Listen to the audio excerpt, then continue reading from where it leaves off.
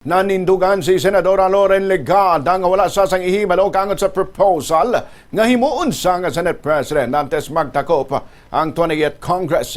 Sunod kay Legarda, wala man sa sang ideya sa nagalapta nga impormasyon nga may term sharing o kon power sharing arrangement sa tunga nila ni incumbent Senate President Vicente Tito Soto III. Una na ginpahayag ni Soto nga napunggan sa majority block ang tuyo nga kakason siya sa pwesto. Wala sila detalye kung paano nila napunggan ang kodita. Apang ang naminsyonar sila nga plano hamo nga iileher si Legarda bilang unang nga babae nga Senate President pagkatapos ang 2027 budget. Gindugang sila nga wala ini nagkakahulugan nga mag-share sila sang termino bagod hindi man pata sa ila tiempo sa pagpungko bilang leader sang Senado. Depensa naman ni Legarda, wala sa nagakomento sa mga impormasyon nga wala manapahibalo sa iya.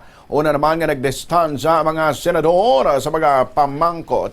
Una naman nga nagdistansya ang senador sa mga pamangkot kung gintanyagan gidman sa sang minority bloc nga magbulos bilang Senate President. Apisar nga parte sa subong sang majority. Siyang nagpreside antes nagtakop ang plenary session sang Miyerkules. Gintawag pa sa ni Majority Leader Miguel Zubiri bilang Madam President nga mo pa nagpatunog sang huring-huring sang kodita. Sunod naman kay Zubiri, nagapahambol o kung nagapaubos lang si Legarda apang nakahibalo na ini sang arrangement.